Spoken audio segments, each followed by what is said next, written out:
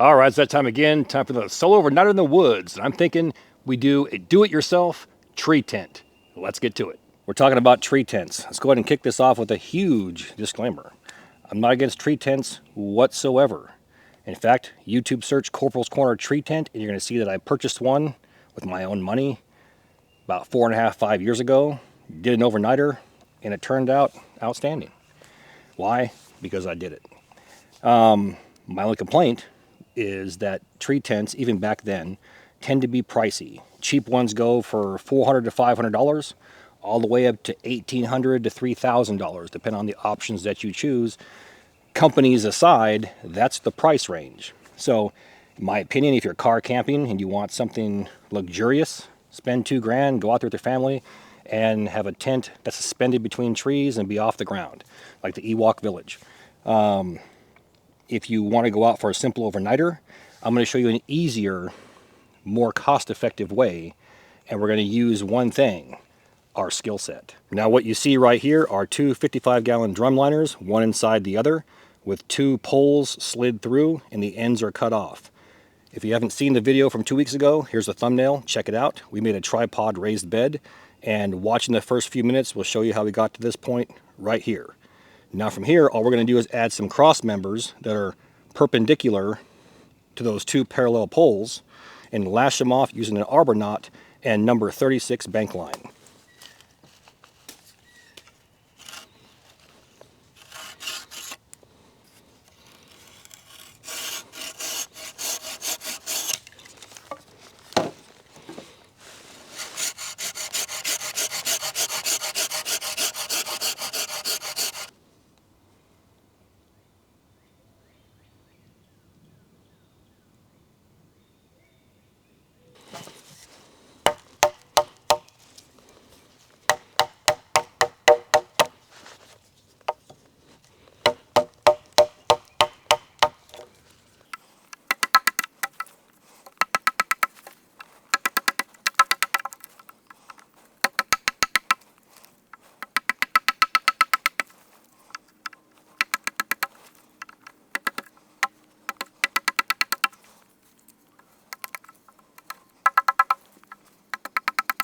Talk about basic bushcraft skills. Two simple stop cuts, one there, and then baton the material away. Gives you a square notch or a log cabin notch. For those interested, this is the Bobcat by Tony Powers. He was one of my students who became an instructor, another one of my success stories. If you're interested in a knife like this, he has several more just like it.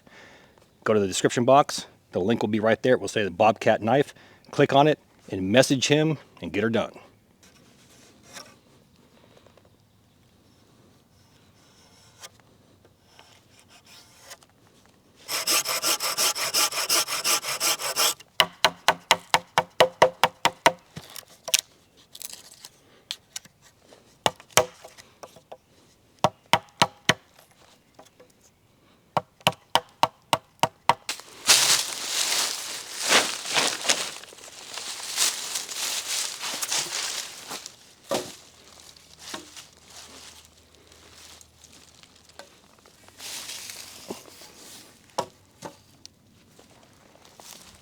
So now for the tricky part, we want to go ahead and spread these poles as far as we can. Place our spreader bar in there. I want to make a line right underneath here. Right there. And right here. I'm going to cut this down about 1/4 on each side, and then we're going to split that off.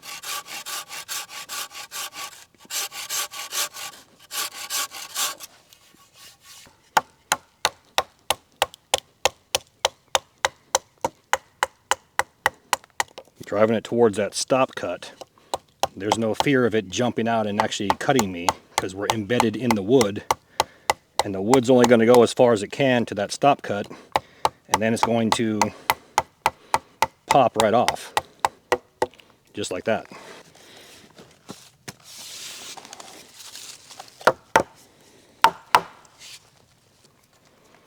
Diagonal this way and that way.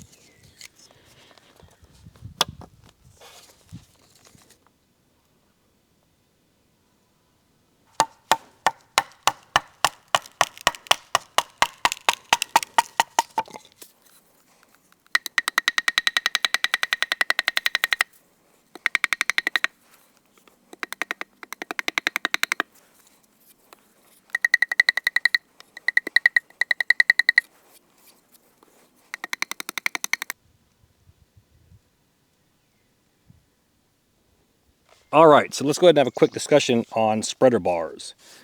These two are parallel. They're your poles inside your sleeve that makes your stretcher bed. This one and the one on that end are called spreader bars or spacer bars. All they're doing is they're spreading the poles apart. Now every time I make one of these beds and I suspend it, we get 2 or 3 or 4, sometimes 10 individuals who didn't watch and didn't listen. This is a spreader bar, nothing else. Now, where's the weight going to be on this bed? Here's the answer. It depends on where your rope or nylon is attached to. For example, if I attach to my 2 poles here or here on both ends, as well as down there, and I were to lift it straight up, in a perfect world, it's straight up. We're going to attach it from a ceiling. Then the weight is on these poles. And this is doing nothing more than spreading them apart. Follow me? Now the same scenario. We're inside of a building. We got 4 chains that come down or pieces of rope.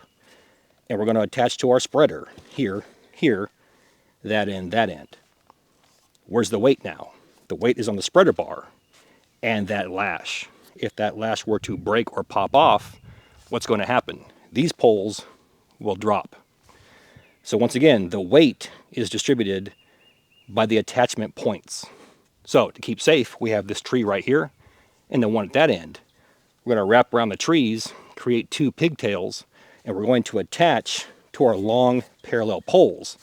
That way the weight is on these poles and our spreader bar is exactly that. And if you don't believe me, please leave a comment and give me your scientific analysis. All right, now for the fun part. We have 4 pieces of nylon webbing with hooks at the end. The hooks are optional.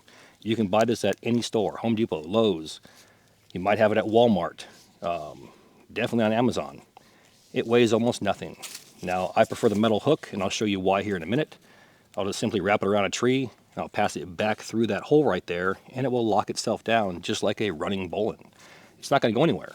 And then I can take this end over here, make it into a Marline spike hitch, place it over top of my poles, and we're done. And it's going to hang. The tensile strength on this is anywhere from 900 to 1,500 pounds, so just read it. If you roll in with 900, you'll be perfectly fine. If it's 500, you'll be perfectly fine. So that's why it says a do-it-yourself tree tent for $20. This stuff cost me $14 for 4 of these. If I place it inside here and pull back on it, whether it's up or down, it could slip out. You might be fine, but why risk it? Simply pass it through that opening right there.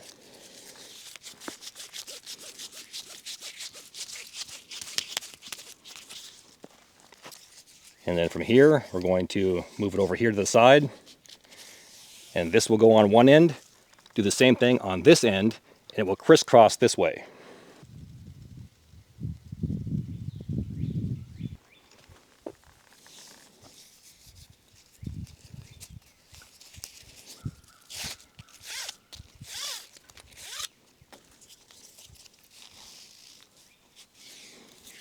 And now for the test.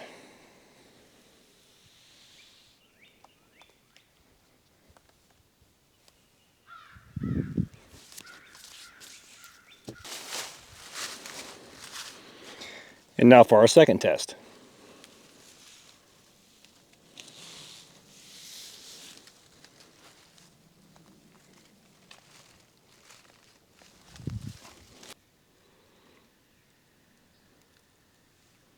All we're doing is crisscrossing our nylon and then using a simple Marlin spike hitch, the same exact spike hitch we would use to put our tent stakes in the ground if this were some sort of guideline.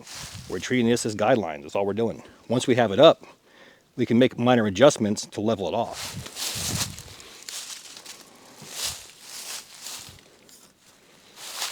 So I'll prop this up right here,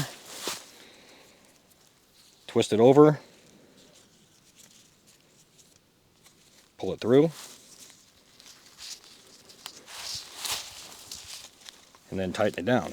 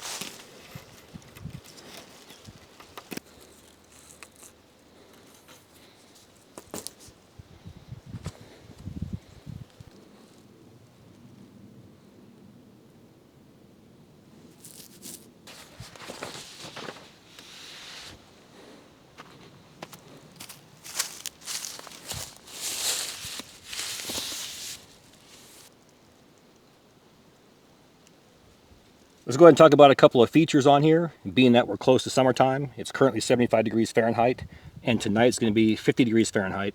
I want an air gap in here to allow that cool breeze to go over top of me. Wintertime, we want to trap heat. Late spring, summertime, late summertime, we want that nice airflow. Now, in addition to that, think back to our raised bed or our tripod bed from 2 weeks ago. We showed that the tarp was on the outside of our actual bed sleeve. This allows the rain to run off out here versus being on the inside where the rain's going to fall and collect on the bed.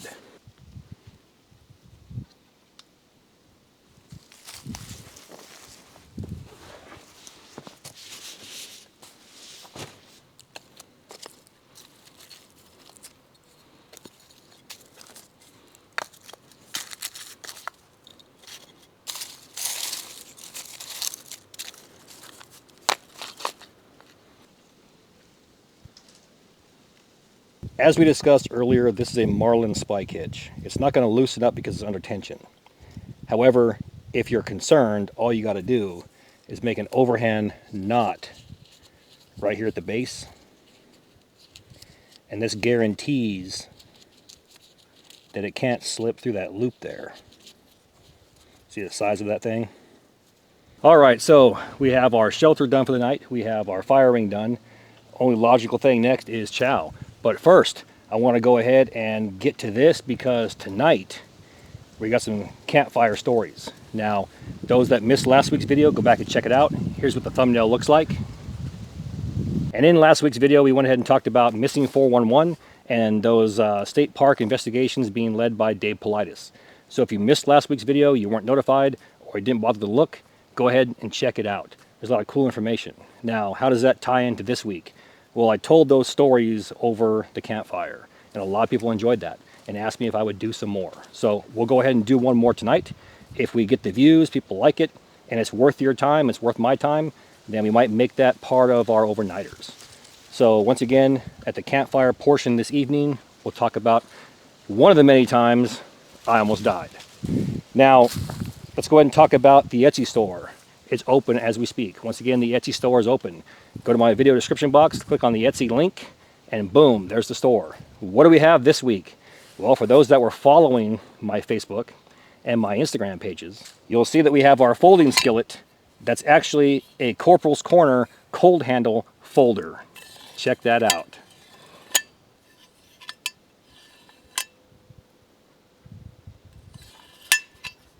In addition to that, we have our actual Corporals Corner cold handle skillet with the fix handle.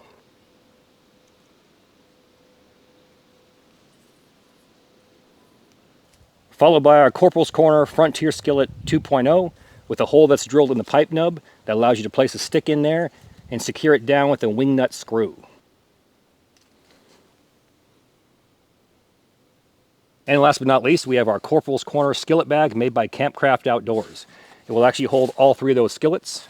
And check it out, there's room left for a 6x12 grill, full-size spatula, and spices of your choice. That link is also in my video description box. It says Campcraft Outdoors, click it, and get her done.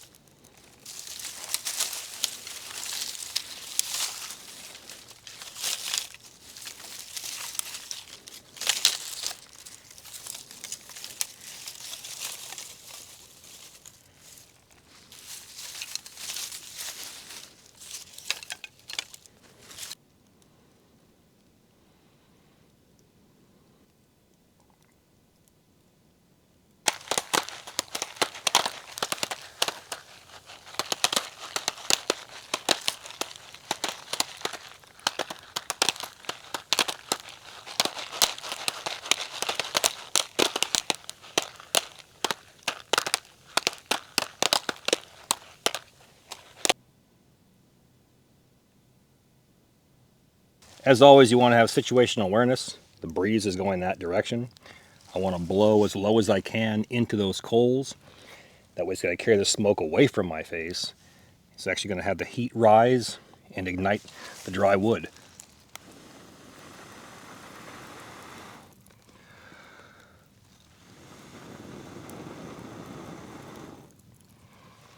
Just like that. The old Gen X popcorn. This was, you know, the cream of the crop back when I was a kid.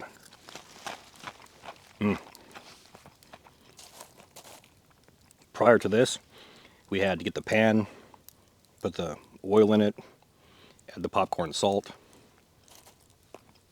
put the seeds in there, white popcorn seeds or yellow popcorn seeds. The white is crunchier, kind of like this stuff here. Yellow gives it that nice tender feeling. It's kind of more chewy in your mouth. But, you know, it's always cool to get out here and relive the old days. On that note, I'm going to go ahead and finish this. Truth be told, I ate off camera. Too many things going on, and it's just too hot. So I figured I'd save the fire for this. Once I'm done here, we'll go to the campfire stories.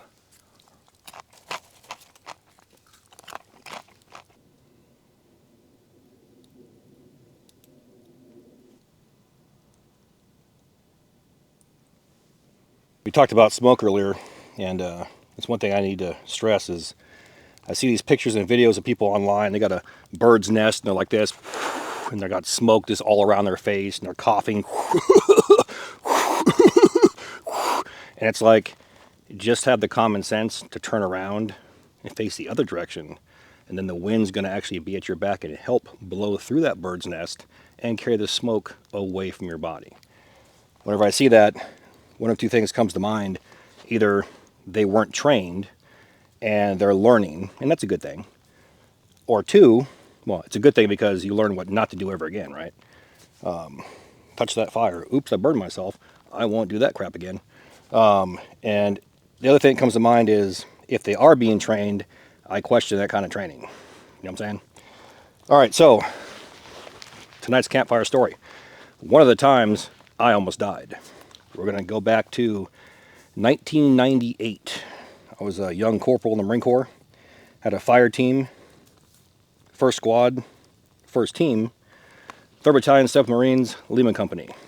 And rolling around in the good old Range 400, or the 400 series. Now, those that don't know, and unless you're the Marine Corps, you probably don't. However, there were Army units that went there and trained. And they'll tell you the same stories. That place sucks. It's basically made to where you fail, okay? And if you win, meaning you finish your objectives, you're going to have 20 people critique you to where you're going to want to be just sitting in a corner when you're done. You're like, you end up becoming your own worst critic. But, because it's graded on, did you get to the end? Did you have enough support, meaning mortars dropping, helicopters firing over here, doing suppressing fire? Did you have enough machine guns over Machine Gun Hill and everything spread out at intervals properly? Did you pop smoke at the right time to get your people around the corners, around the bends, through the draws, undetected? Because it's a movement to contact. They're bombing these areas as you're moving towards them. Make sense? You want to keep their heads down in the trenches, in the bunkers, while you're moving towards them. And it's probably a good, I want to say, half mile or so, or somewhere in there, from start to finish. And there's all kinds of moving parts, right? So you're graded on this. Anyway, and then also at the end, how many people are left? You got people called coyotes. They're senior staff members, you know, staff sergeants, gunnery sergeants, first sergeants, things like that, wearing these orange vests, and they go around, you're dead, squad leader's dead. Now the first team leader, me, has to step up and continue to complete that mission.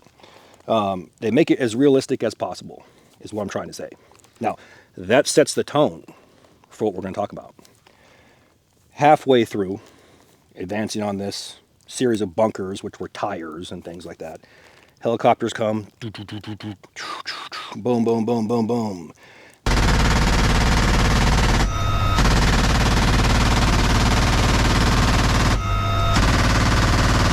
They're doing their passes. Perfect. Weapons aimed down. Alert. Weapon to the dirt. We're going towards, the objective. I think we were in a column formation, meaning everybody's staggered. You have one row here, and it kind of goes like this. One guy here, one guy here, one guy here. So you can turn in any direction and not aim a weapon at somebody else, right? So we're moving our way on up there. Boom, boom, boom. Helicopters radio in. We're done. They're heading back. They take off. Now the mortars are going to pick up. Boom. They're dropping one. We had 3 mortar tubes. They were 60 millimeter and 81 millimeters. And it's almost like clockwork. You get them going. Thump, thump, thump, dropping the rocket into the tube. 81 millimeters were a larger tube, and those things, you just grab them and you're putting them in. There it goes. Thump. As soon as it goes in, it goes out. Boom, next. Boom, next. Shout out to. I think these things got a range of like 4,000 meters or yards, and just a destructive path. And as you have 3 tubes in a row and you're doing this, they can actually, it's called talking guns. As this one goes, it should be hitting by the time this last one fires off. So it's a constant bombardment. Boom, boom, boom, boom, boom, boom, boom. And as the ammo lessens or decreases, because you're only going to bring so many, your period in between the bombardment tends to stretch. Like you might only get 3 a minute or 1 every 2 minutes. That's when the machine guns pick up, because now you're closer anyways to the objective. We're advancing this whole time. And I believe that the 240 Golf is what they use now. And they're up there. And you got between 3 and 6 guns. And again, talking guns. This one shoots so many rounds a minute or a second. And then this one. And then this one. And then this one.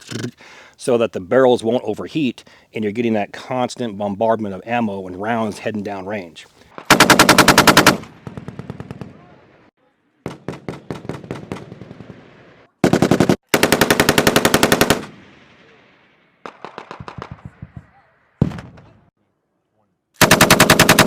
A call comes over the radio. They got 3 mortars to drop, and that's going to be it. Machine guns are hitting still. Boom, boom, boom, boom, boom. So we're advancing up.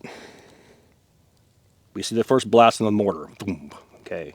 We know there's 2 more. Machine guns are still going. Here's the second blast. Boom. We're still moving. We got 1 more.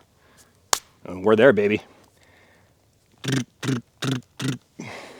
All of a sudden we hear, and those that are in the military know that if you hear that, that's a bad thing.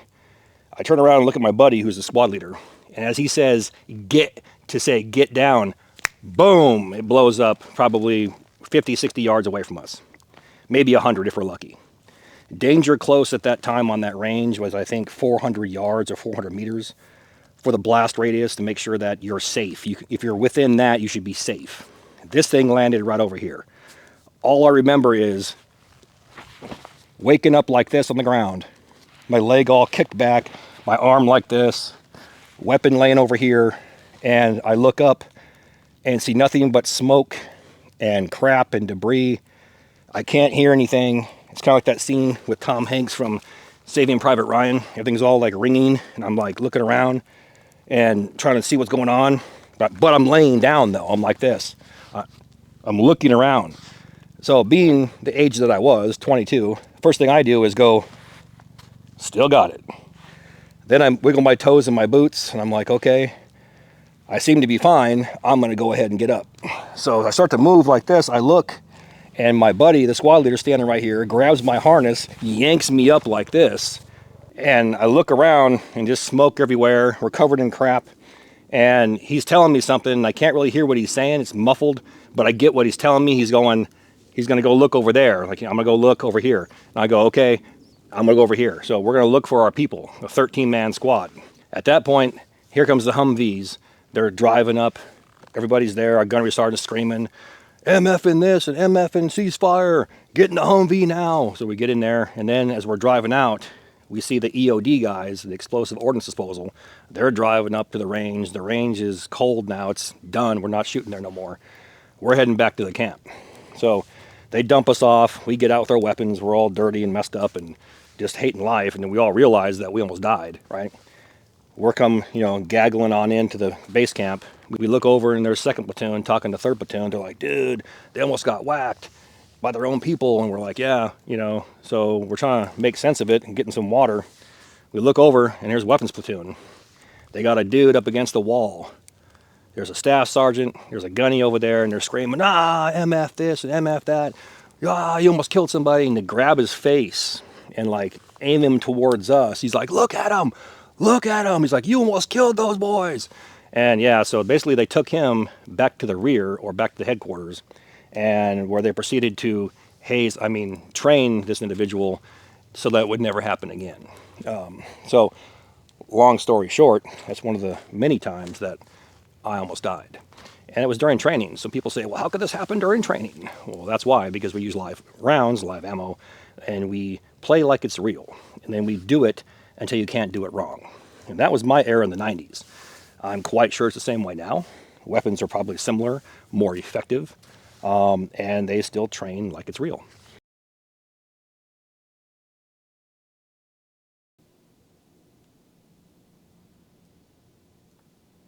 And that's what we're talking about right there.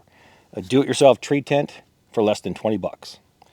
And you could actually beef this thing up. You can go get some of that nylon mesh and put a mosquito net across this thing, or actually buy a mosquito net and just hook it to your ridge line and then hook it to the outside outriggers right here and open it up, unzip it, get inside. There's a lot of cool things you could do. You can get an actual 8x12 or 8x10 tarp, put it across there and put it all the way from tree to tree if you want to. Open one side up and connect it to trees out there and have like an awning that goes out 5 or 6 or 7 feet. So you can trick these things out. Best part is we used basic bushcraft knowledge. Arbor knots that secured this whole thing. We used our square notch down there, log cabin notches to hold the logs in, and this entire thing is suspended by a marlin spike hitch. That's it. I showed you that one knot. These ones are not knotted off, and they're not slipping. Once there's tension on it, it's not going to slip. And the beauty is those hooks on the end, as I showed you, we just wrapped it around. If you don't have the hooks, you tie a bowline, place it around, and pull it through the bowline. It's called a running bowline. On that note, the last thing we talk about real quick is my classes. We have openings in April and May over here in Chesapeake, Ohio. Here are the dates right here. Go to uglytent.com, once again, uglytent.com, and check it out, sign up, and I'll see you there.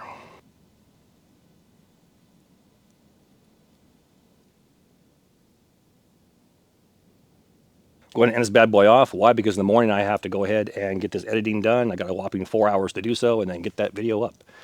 So we got a lot of things coming up here this summer, so bear with me. And a lot of things going on in my Etsy store, so make sure you follow me there. Just saying. On that note, all the gear in my videos can be found in 2 places. One, my Amazon affiliate page, and 2, my Etsy store. Both links are found inside my description box. Now, please do me that favor. Hit that like and subscribe button, then ring that notification bell. Once you ring that bell, please select all notifications. And as always, thank you for your comments, views, and support. Thanks for watching. Get out in the field, have some fun. I'm going to catch you next time.